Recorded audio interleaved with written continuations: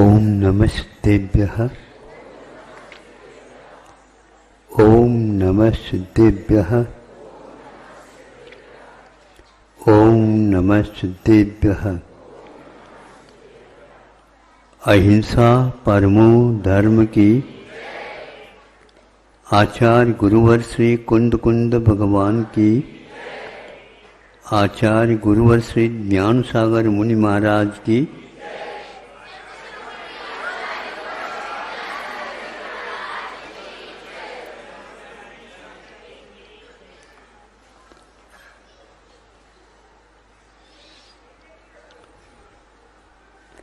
चर्चा के दौरान गुरुजी ने एक बार वह विषय हमें दिया जो सबको भी मिल सकता, वो ऐसी बात नहीं, किंतु आस्था से जब हम उसको जोड़ते हैं तो रास्ता बहुत स्पष्ट होता चला जाता है। नहीं तो वह सब विषय एक प्रकार से नाश्ता बन जाता। आप आस्था से यदि जोड़ते हो अवश्य ही सफलता प्राप्त होगी।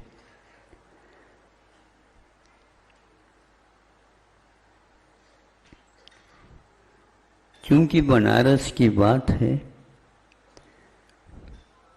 सब विद्यार्थी छात्र अध्ययन करते थे और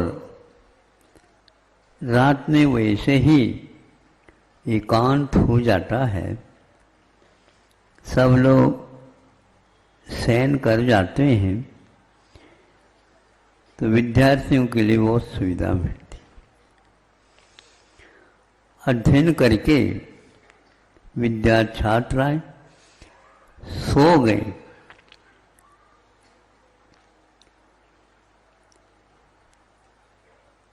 नींद लगते ही एक छात्र उठा और गंगा में वैसे ही जैसे सामने कोई मंत्र विद्या सिद्ध हो, ऐसे व्यक्ति के समान वह भीतर प्रवेश करके उस पार जाने के लिए उद्यमशील हुआ। और वह पुनः वहाँ पर जा करके लौट करके आया और शयन कक्ष में वह पुनः सो गया। वैसे तैरना नहीं जानता था और गंगा से इस ओर से उस ओर तक पहुंचना ये कैसा। तो वह पूरे पूरे उसके वस्त्र गीले हो गए। सुबह उठ करके वह देखता है, विस्मित होता है कि मेरे पूरे के पूरे वस्त्र गीले क्यों। यह क्रम 2-3 दिन चला। दूसरे छात्र को उसने बताया कि ऐसा हो रहा है, देखेंगे क्या हो रहा है। वह छात्र भी बेटा रहा है, ये कब जाता है, कहाँ जाता है देखने के लिए। तो 12 बजे वो पुनः उठा और नदी में, गंगा में पहुंच गया।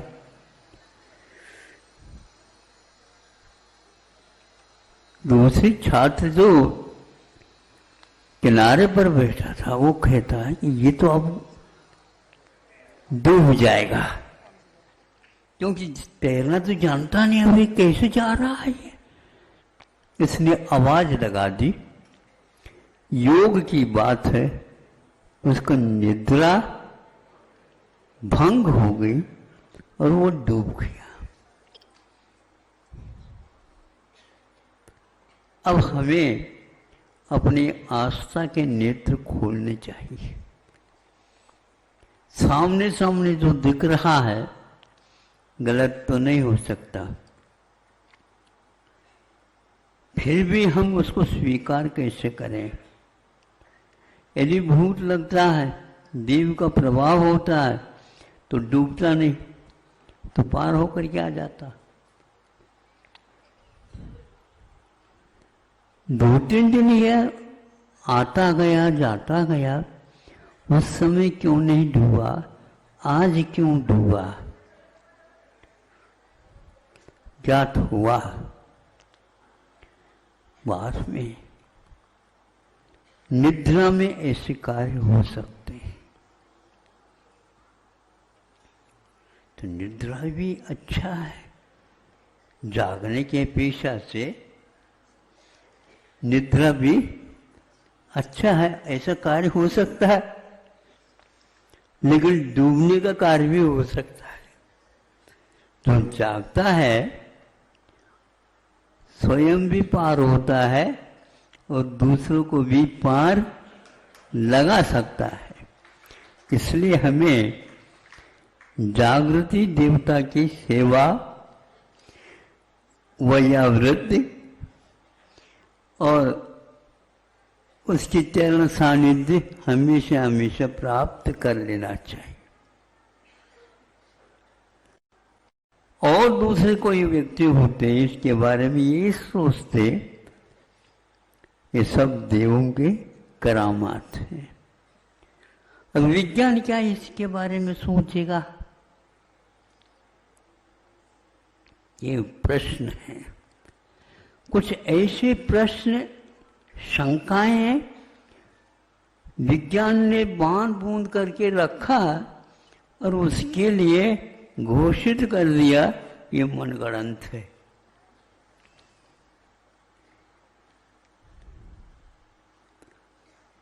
ऐसी चीजों को मन से ही गढ़ाया जा सकता है। मनगढ़ंत का अर्थ रूढ़ ही नहीं, मनगढ़ंत का अर्थ वस्तु स्थिति से दूर हो, ऐसा नहीं। इतना ही मैं बार बार पूछता रहता हूं,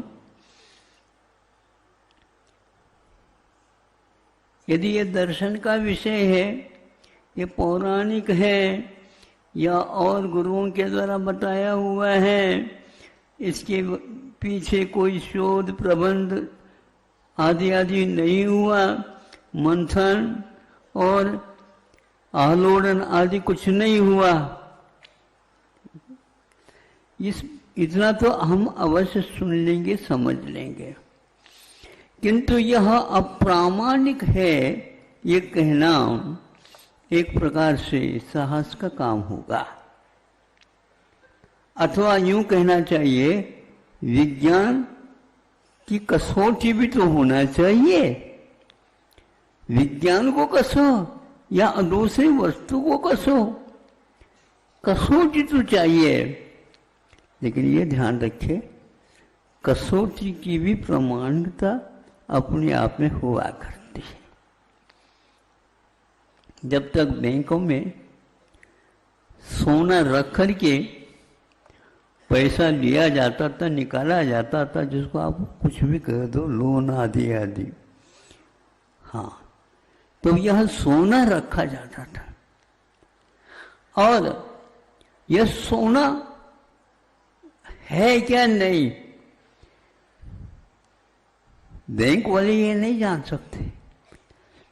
उसके लिए सुनार की कई आवश्यकता है।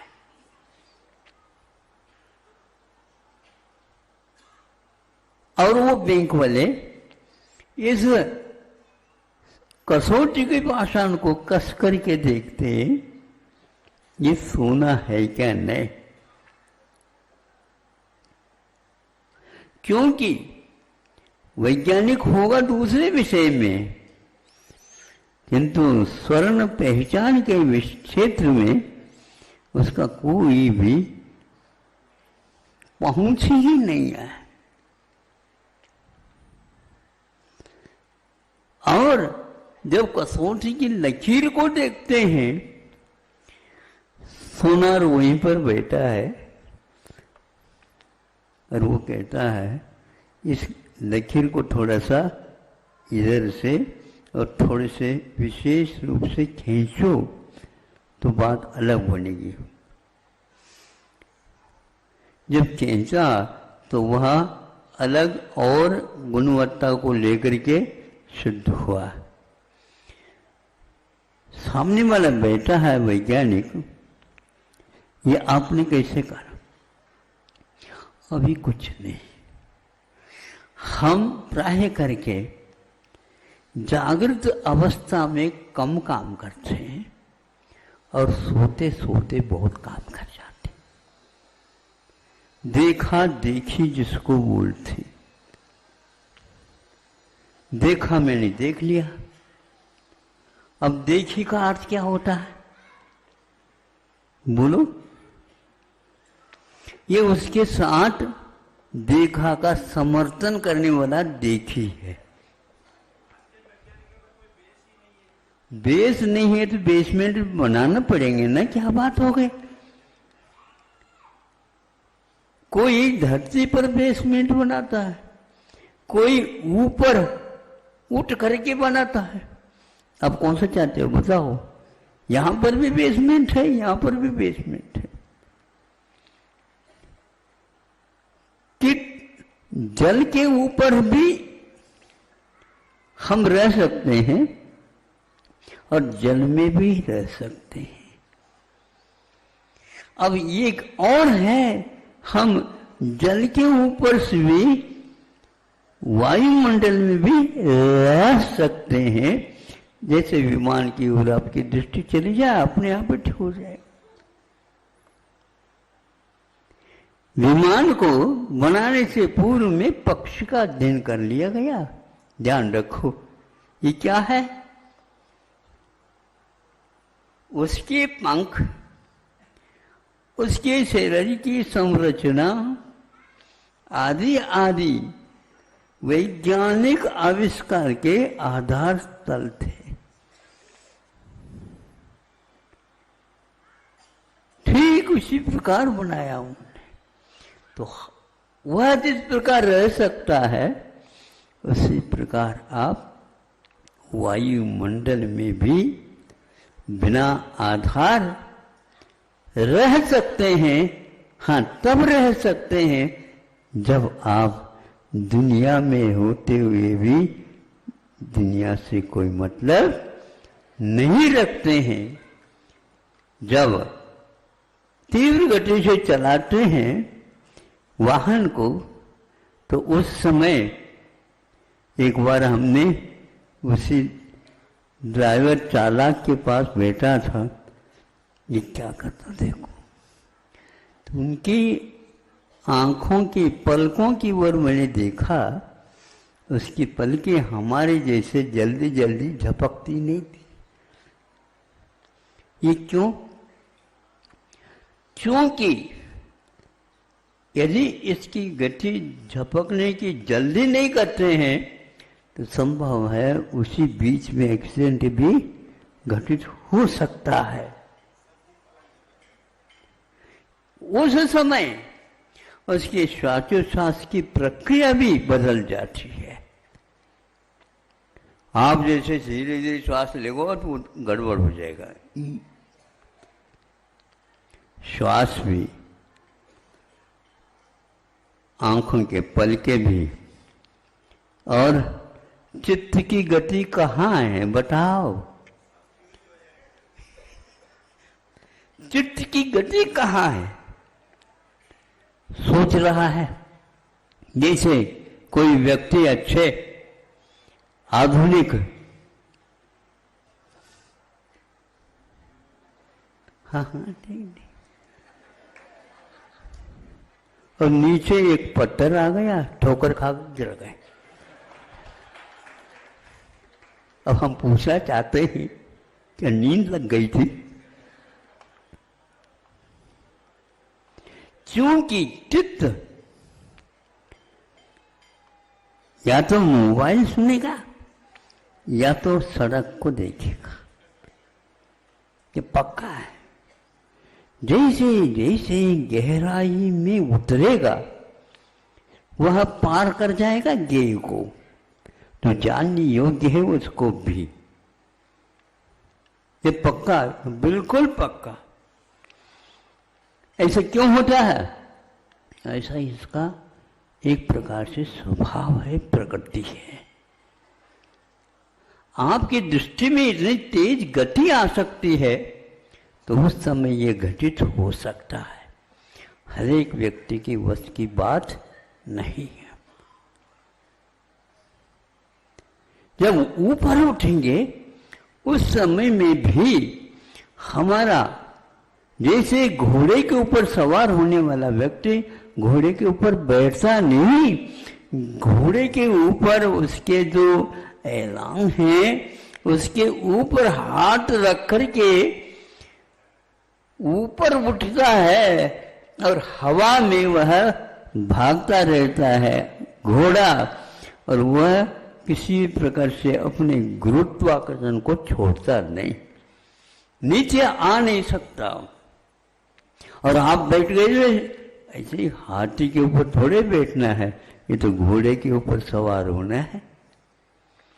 तो उस समय उसकी गति के अनुसार, घोड़े की गति के अनुसार सवार हुआ जो व्यक्ति है उसकी भी स्थिति आ जाती है,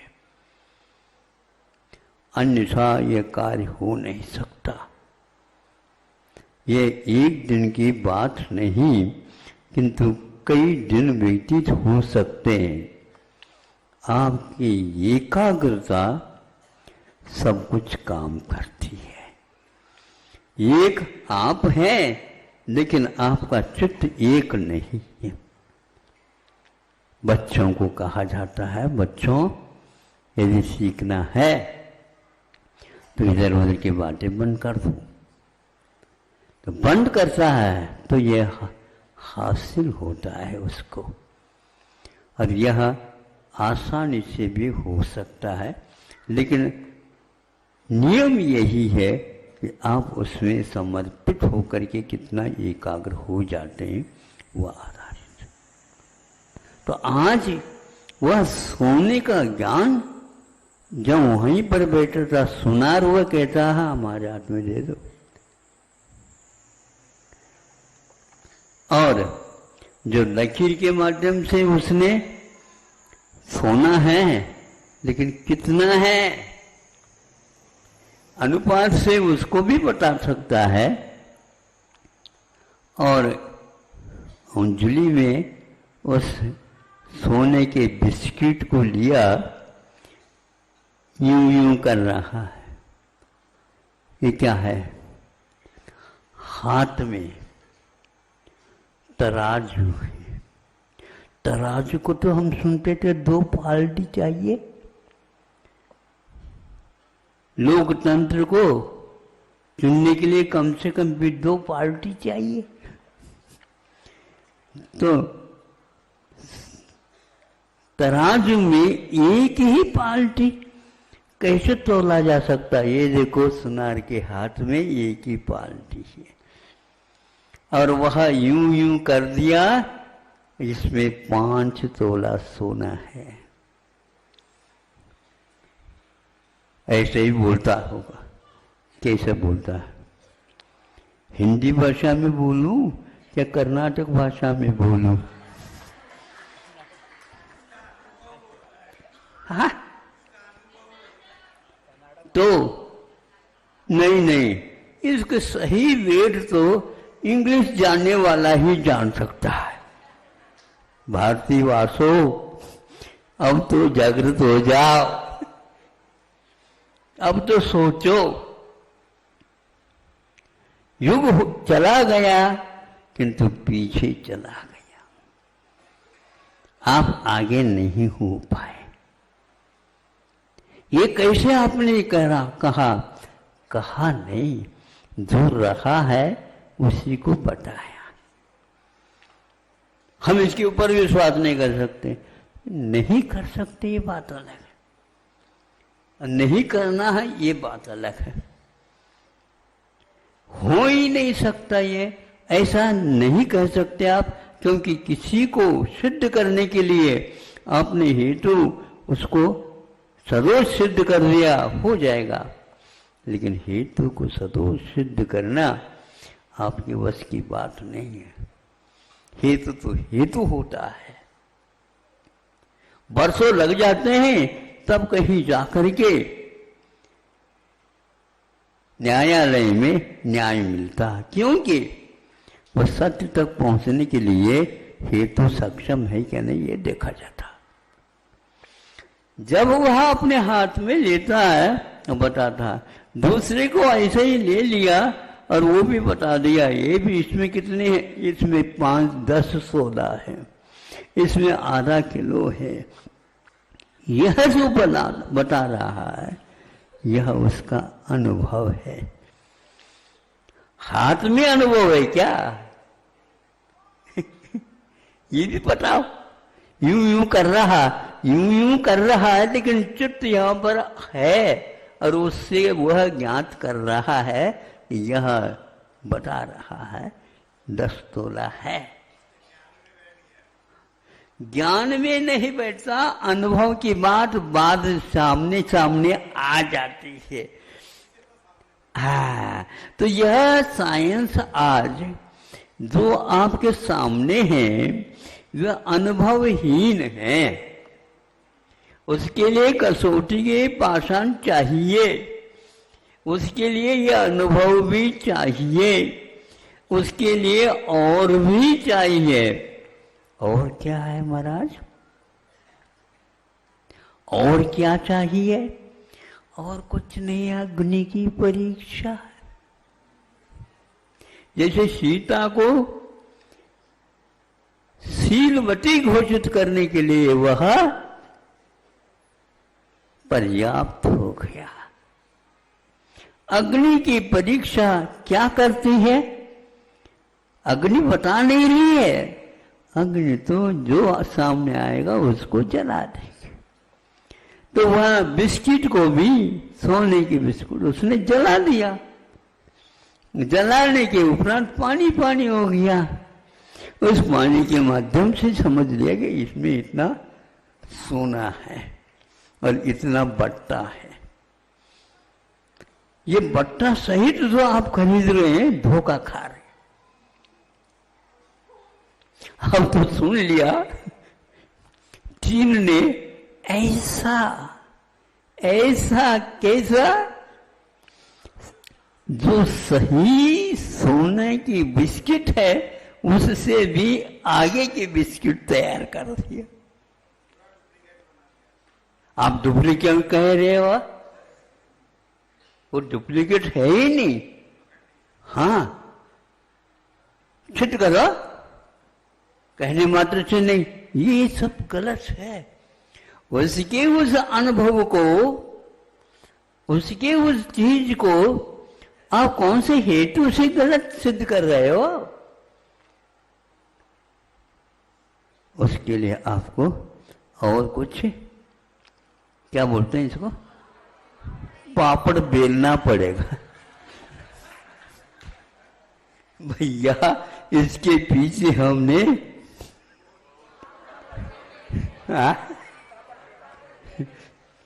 आपकी बात सुन लेता हूं, उसी को संग्रह कर लेता हूं और अपना प्रवचन बना लेता हूं। आपकी बात सुन करके आपको समझा रहा हूं, अब गलत नहीं कह सकते। आप इस प्रकार संकलन कर नहीं सकते, कितने भी कर लो। तो वह भी एक प्रमाणित करने के लिए साधन है, उसके द्वारा ये होता है। एक और है, तोड़ा जाता है, जिसको मार्रव बोलते हैं। मृदुता रहती है, सोने में टूटने से भी उससे ज्ञात होता है कि इसमें इतना तोला स्वर्ण है। कैसे वो हर एक व्यक्ति उसको तोड़ नहीं सकता। उसके एकदम पतला पतला हो जाता है तब ये मालूम पड़ जाता है कि ये सोना है।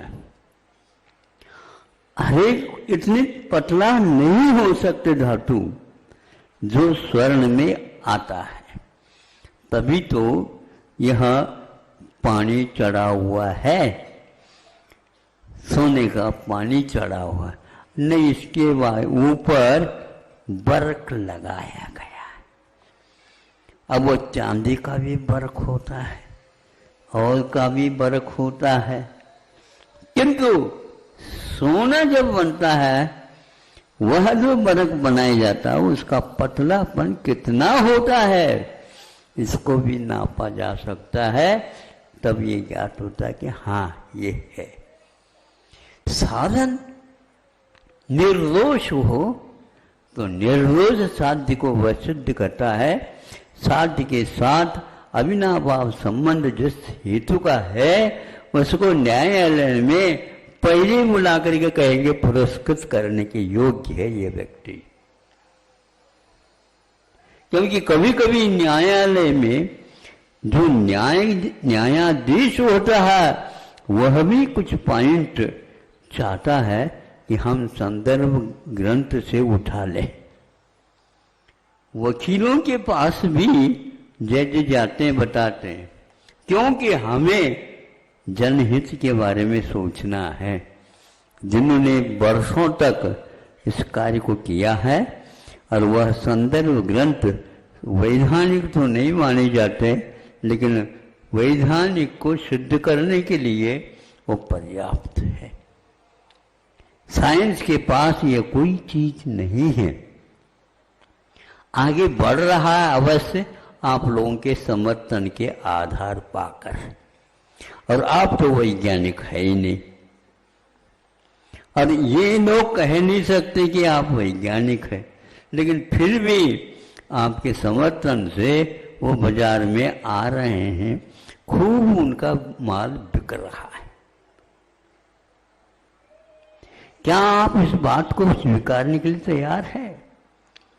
जैसा बोओगे वैसा ही काटोगे, जैसा करोगे वैसा ही पाओगे। ये वाक्य क्या कह रहे हैं हमें बताओ।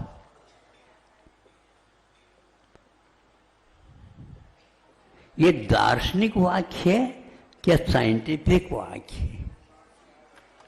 दार्शनिक है। दर्शन के वाक्यों को साइंस ने कोश में रख करके अपना काम चला रहा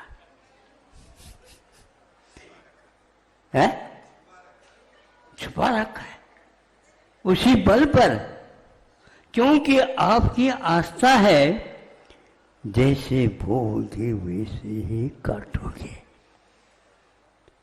क्या बोया, कब बोया, कितना बोया, किसने बोया, इन प्रश्नों का उत्तर साइंस के पास नहीं। यह आकिंचन धर्म का ही महिमा है जो इसकी खोज कर सकता है।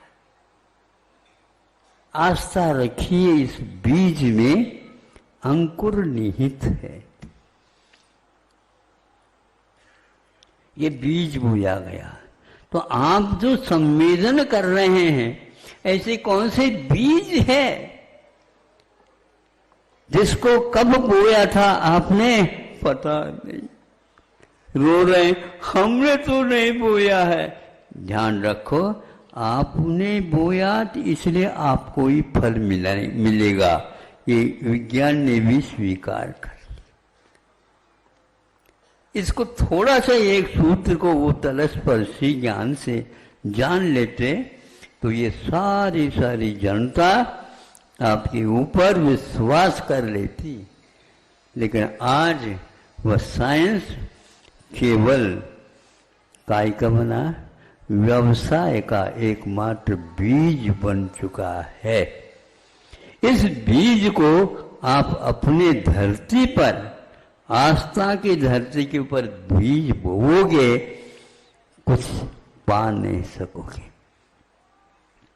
क्योंकि उसके लिए खाद भी चाहिए, पानी भी चाहिए, प्रकृति भी चाहिए, योग्य धरती भी चाहिए, फिर इसके उपरांत भाग्य भी चाहिए। और साइंस के कोर्स में भाग्य वाली कोई बात है ही नहीं, मनगढ़ंत है, बिल्कुल ठीक है। अब गाड़ तो लो कम से कम एक बार। फिर भी आप लोग जिज्ञासा के तौर पर उस ओर जा रहे हैं, और ये आज इतनी भीड़ इकट्ठ हो गई है कि बच्चे सारे के सारे वैज्ञानिकों से प्रभावित है, लेकिन विज्ञान इनके लिए पेट भर अनाज भी नहीं दे पा रहा है। इसलिए अन्यथा न ले, हम आपके ही वचनों को सुन करके आपके सामने परोस रहे हैं कि किसी एक देश ने सिद्ध किया है कि उनके यहाँ चावल नहीं होता था, उन्होंने विज्ञान के माध्यम से प्लास्टिक चावल बनाया, बताते हैं। हाँ, चाइना तो आगे है ही महाराज, आप लोगों ने तो आगे कर रखा है। काम चलाओ, यूज ऑन थ्रो क्यों कहता, ये साइंस का बीज है क्या?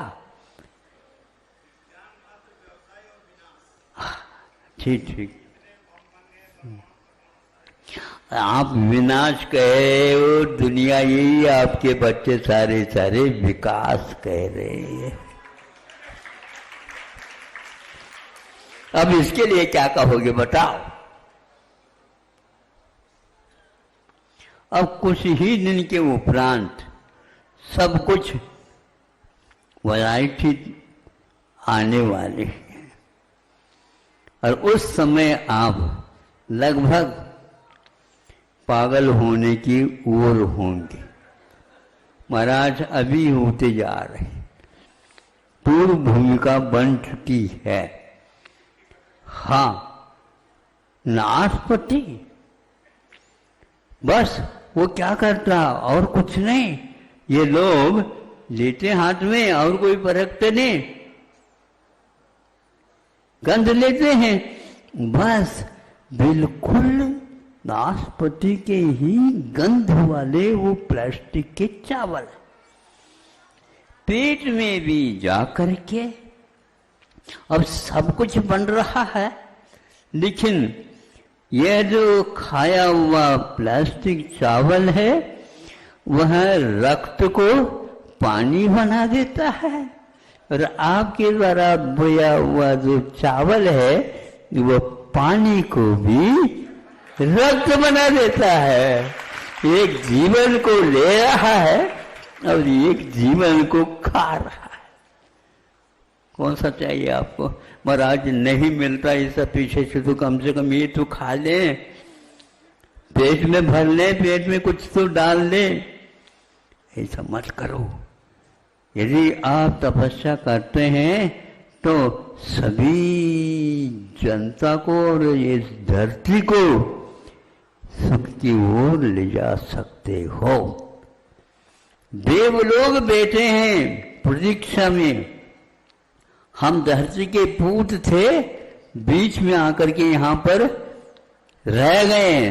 हम उनके उस भार को हल्का करना चाहते हैं, वो आ करके आपकी सेवा करने के लिए तैयार है। क्या आप तैयार हैं? मगर वैज्ञानिक होकर के इसको स्वीकार करना आप बाध्य न करो। हम पूछ लेते हैं, किसको पूछना है हमें बता दो। मन के लिए तो थोड़ा सा संतोष होना चाहिए ना। हाँ, सुभाष चंद्र जी बोस आपको समझा देंगे। नहीं समझे? जो पढ़े लिखे हैं वे अपने आप को हम तो बाबू हैं, हम ये कार्य करेंगे नहीं, क्योंकि हम बाबू हैं।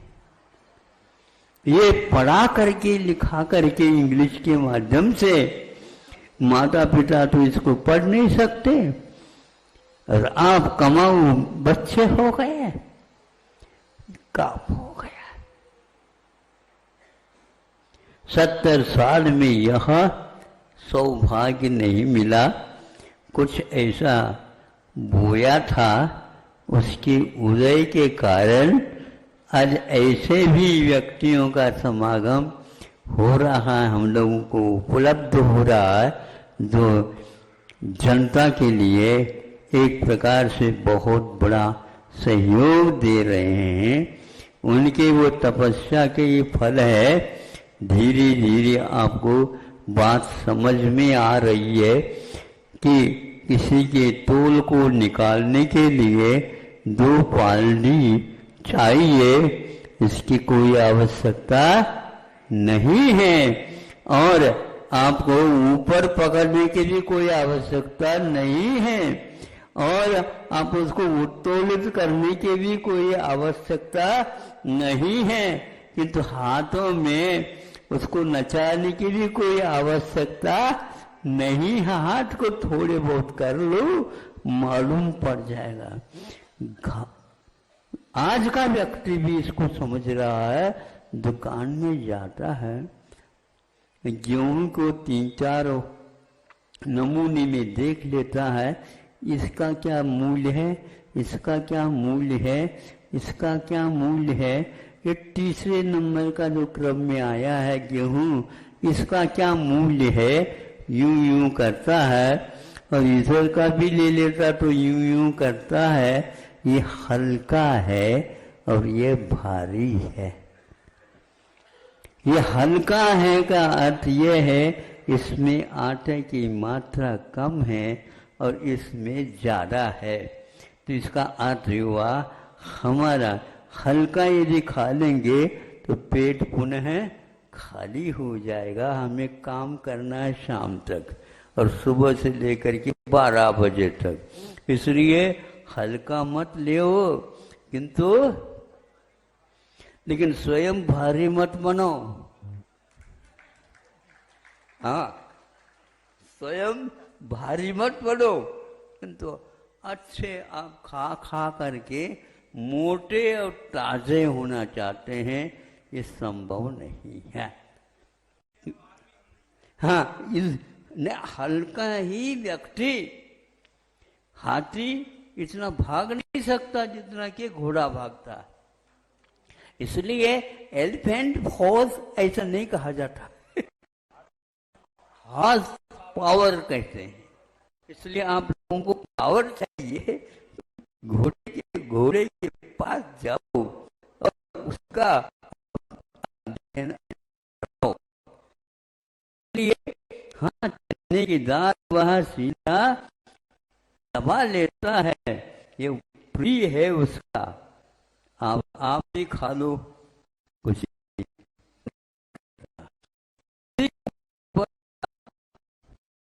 उसकी गति हुआ करती है और उसके माध्यम से उसको शक्ति ऊर्जा मिलती है। ध्यान रखो, सुन रहे हैं? सुनो, आप सो जाते हैं ना? नहीं सो जाते? अरे कैसे नहीं सो जाते? नहीं, किंतु सो जाते। घोड़े के पास जाओ, घोड़े के पास जाओ, 20-20, 50-50 किलोमीटर तक करके आया है, और सवार जो हुआ था वह भाग करके नहीं आया था, भगा करके आया था, और हो जाता है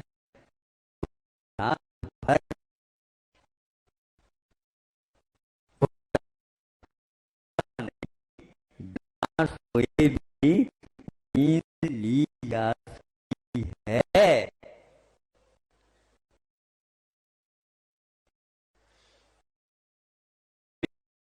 बुलाते थे पढ़ाई के लिए शिक्षक वर्ग, और वह कुर्सी के ऊपर बैठ करके और हम लोगों को देखा करते थे।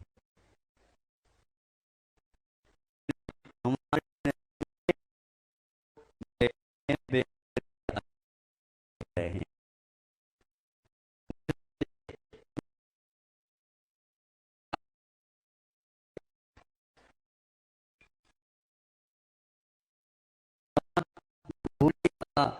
जीवन व्यतीत होता है वो कभी भी परीक्षा में हम धरती के पूत थे, बीच में आकर के यहाँ पर रह गए।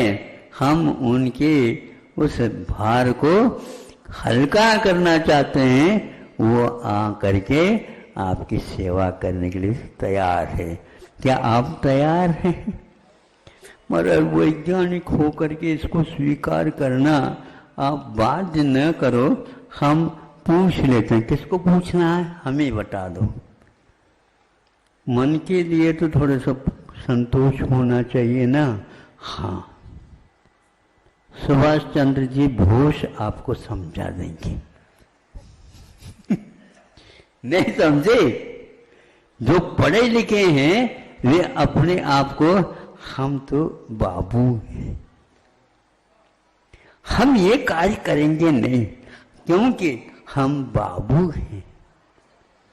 ये पढ़ा करके लिखा करके इंग्लिश के माध्यम से माता पिता तो इसको पढ़ नहीं सकते, और आप कमाऊ बच्चे हो गए, काम हो गया। 70 साल में यह सौभाग्य नहीं मिला। कुछ ऐसा बोया था, उसके उदय के कारण आज ऐसे भी व्यक्तियों का समागम हो रहा है, हम लोगों को उपलब्ध हो रहा है, जो जनता के लिए एक प्रकार से बहुत बड़ा सहयोग दे रहे हैं। उनके वो तपस्या के ये फल है। धीरे धीरे आपको बात समझ में आ रही है कि किसी के तोल को निकालने के लिए 2 पालनी चाहिए, इसकी कोई आवश्यकता नहीं है, और आपको ऊपर पकड़ने के लिए कोई आवश्यकता नहीं है, और आप उसको उत्तोलित करने की भी कोई आवश्यकता नहीं है, किंतु हाथों में उसको नचाने की भी कोई आवश्यकता नहीं है। हाथ को थोड़े बहुत कर लो, मालूम पड़ जाएगा। आज का व्यक्ति भी इसको समझ रहा है। दुकान में जाता है, गेहूं को 3-4 नमूने में देख लेता है, इसका क्या मूल्य है, इसका क्या मूल्य है, इसका क्या मूल्य है। ये तीसरे नंबर का जो क्रम में आया है गेहूं, इसका क्या मूल्य है, यूं यूं करता है, और इधर का भी ले लेता तो यूं यूं करता है। ये हल्का है और ये भारी है। ये हल्का है का अर्थ ये है इसमें आटे की मात्रा कम है और इसमें ज़्यादा है। तो इसका अर्थ हुआ हमारा हल्का यदि खा लेंगे तो पेट पुनः खाली हो जाएगा। हमें काम करना है शाम तक और सुबह से लेकर के 12 बजे तक, इसलिए हल्का मत ले, किंतु लेकिन स्वयं भारी मत बनो। हाँ, स्वयं भारी मत बनो, किंतु अच्छे आप खा खा करके मोटे और ताजे होना चाहते हैं, ये संभव नहीं है। हाँ, हल्का ही व्यक्ति, हाथी इतना भाग नहीं सकता जितना कि घोड़ा भागता, इसलिए एलिफेंट फोर्स ऐसा नहीं कहा जाता, हॉर्स पावर कहते हैं। इसलिए आप लोगों को पावर चाहिए तो घोड़े के पास जाओ और उसका आप अध्ययन करो। इसलिए हाँ, चने की दाल वह सीधा चबा लेता है, ये प्रिय है उसका।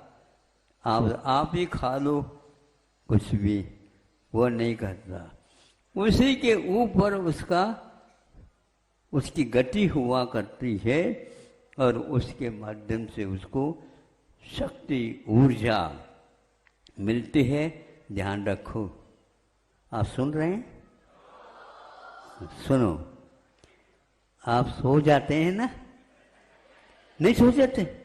अरे कैसे नहीं सो जाते? सो जाते हैं, ध्यान में नहीं, किंतु यूं ही सो जाते हैं। घोड़े के पास जाओ, घोड़े के पास जाओ, 20-20, 50-50 किलोमीटर तक वह भाग करके भी आया है, और समार जो हुआ था वह भाग करके नहीं आया था, भगा करके आया था। और वह सो जाता है, किंतु रात भर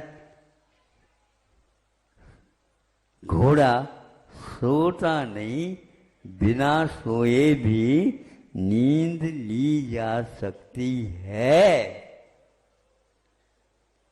पहले रात में भी बुलाते थे पढ़ाई के लिए शिक्षक वर्ग, और वह कुर्सी के ऊपर बैठ करके और हम लोगों को देखा करते थे। लेकिन हमारी नज़र में वो बैठे हैं, बैठ करके आराम दे रहे हैं। नहीं समझे? ऐसे कह करके तो देख लो, फिर काम ठीक हो जाएगा। ऐसे ही यह घोड़े का जीवन व्यतीत होता है। वो कभी भी पीठ यूं नहीं सो सकती, किंतु वह उसकी जो कुछ भी आलस्य है उसको दूर करना चाहें तो एक बार पीठ लगा करके चारों पैर ऊपर करके 2-3 बार यूं कर लेता और खड़ा हो जाता है, पुनः 50 किलोमीटर जाने के लिए तैयार। ऐसे व्यक्ति थे। और आज कहाँ गए वो शेठ जी? घूमने के लिए गए हैं। घूमने के लिए गए हैं, कब आएंगे? आ ही रहे होंगे। कितने घंटे हो गए? इतने घूमते हैं आपके जी पिताजी? हाँ। पैदल गए हैं? नहीं। हाँ, घूमने गए हैं क्या घुमाने गए हैं? बताओ। हाँ, मोटर में पानी भराने के लिए गए हैं क्या? ये है हम लोगों की।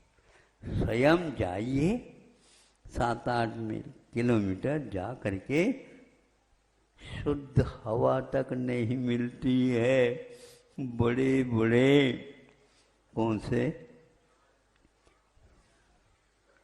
कौन से सिटी बना रहे हैं? Smart city. ये स्मार्ट का अर्थ बुद्धि के लिए भी होता था, अब सिटी में आ गई। इसलिए स्मार्ट सिटी की अपेक्षा स्मार्ट विलेज कहो तो बहुत अच्छा होगा। हाँ, कोई पैसा खर्च नहीं करना पड़ेगा। लेकिन अब क्या करें, आप लोगों को ऐसे ही सिटी चाहिए जहाँ पर सिटी बजती रहे और कुछ काम नहीं करना। आकिंचन वाला जो है वही इस सारे जो 1 घंटे का प्रवचन जो आप लोगों ने सुना वह अनुभूत कर सकता है। बाह्याभ्यंतरोपद्योः, बाह्य और आभ्यंतर परिग्रह तो पहले ही छोड़ रखा है, परिग्रह को याद ही नहीं करना चाहिए, किंतु उपकरणों को रख रखा है, जैसे पुस्तिका है, पिच्छिका है, कमंडलू है, आदि आदि। यह भी उपकरण होते हैं, इनको उपयोग करने के लिए कहा है, किंतु इनका भी त्याग करना चाहिए ताकि हम निरालंबन साधना भी सीख सके। निरालंबन का अर्थ यह है कोई आलंबन दूसरे वस्तु का नहीं लिया जाता। हमें यह सिखाया जाता था, आकिंचन धर्म के लिए बहुत उपयुक्त है ये, कि हम जब परीक्षा देने के लिए चले जाते, उस समय स्लेट और बर्ता छूट जाते थे, नहीं समझे, किंतु उस समय कागज के पेपर बना करके ले जाते और उसमें पहले शुरुआत में तो 1 वर्ष भर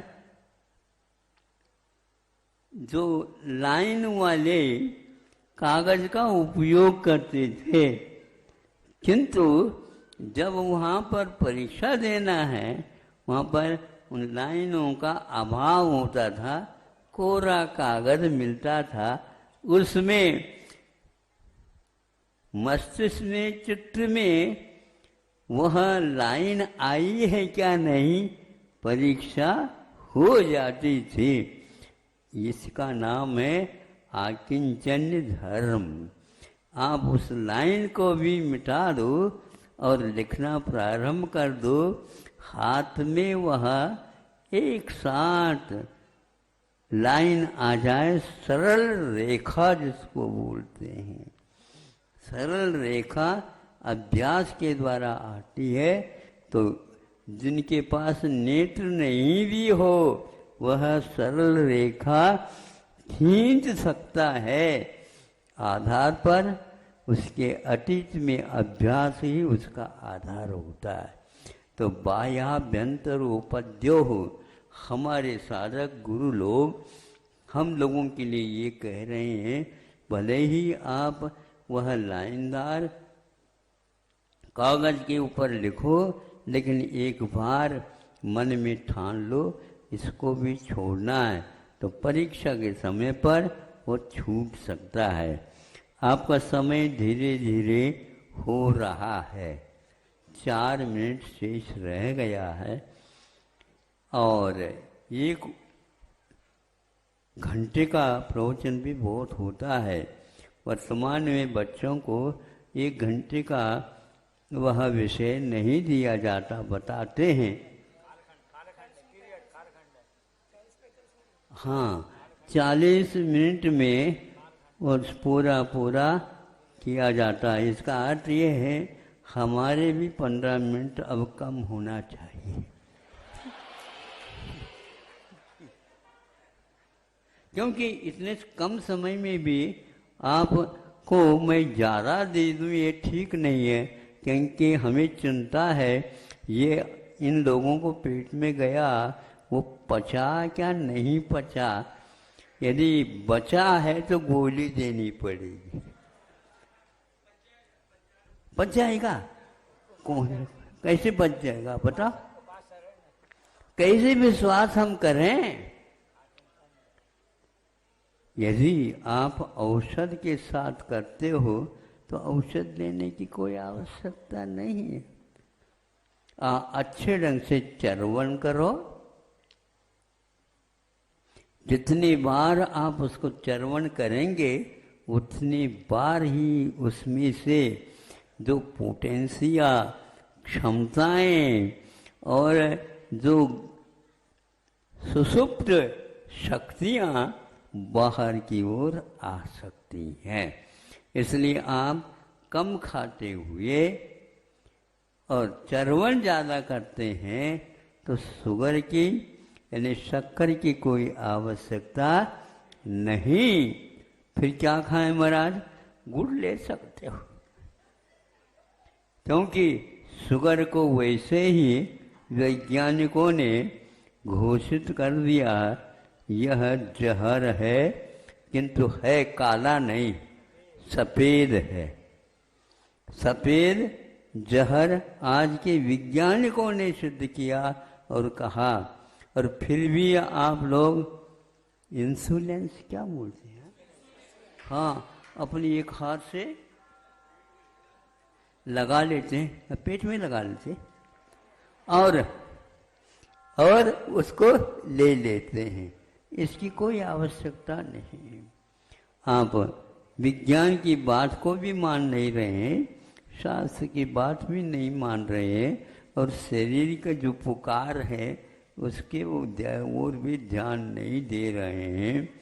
ऐसे 4-5 और वस्तुएं हैं जो विज्ञान ने इसको सिद्ध कर दिया है कि जो पॉलिश किया हुआ है नमक है वो भी आपके लिए जहर का काम कर रहा है, शक्कर तो काम कर ही रहा है। तीसरा, जर्सी गाय का दूध भी अनेक प्रकार के रोगों के उत्पादक होने से वह भी जहर है। और गेहूं को भी उन्होंने कहा है क्योंकि इसमें मैदा पैदा होता है और उसके कारण आंतों में वह लिपट करके आपके पाचन शक्ति को एकदम समाप्त कर देगा, तो और कोई उसका इलाज नहीं है। और कौन सा, हाँ, और इसी प्रकार जो चावल बोलते हैं उलक चंदन तंदुल बोलते हैं, तो उसमें भी ऊपर से पूरा का पूरा ललाई को मिठा करके सफ़ेद झक बना देते हैं। वही आप लोगों को अच्छा लगते हैं, लेकिन वह देखने को अच्छा लगते हैं, लेकिन खाने में तो उसके पास कोई स्वाद ही नहीं है। इसलिए पैसा भी खर्च हो गया और आपका शरीर रुग्ण हो जाएगा। ऐसे ये 5 चीज़ें सफ़ेद जहर है और आज हर एक व्यक्ति इसको खाने में लगा हुआ है। उसका भविष्य तो विज्ञान जाने अथवा मंत्रिमंडल जाने, क्योंकि उनको आपने चयनित करके ऊपर तक भेजा है, उनके ऊपर विश्वास किया है। तो कहाँ तक विज्ञान एक प्रकार से विनाश को ला रहा है, विकास आप लोग समझ रहे हैं ये है ही नहीं, इतना ही पर्याप्त है। आकिंचन्य धर्म की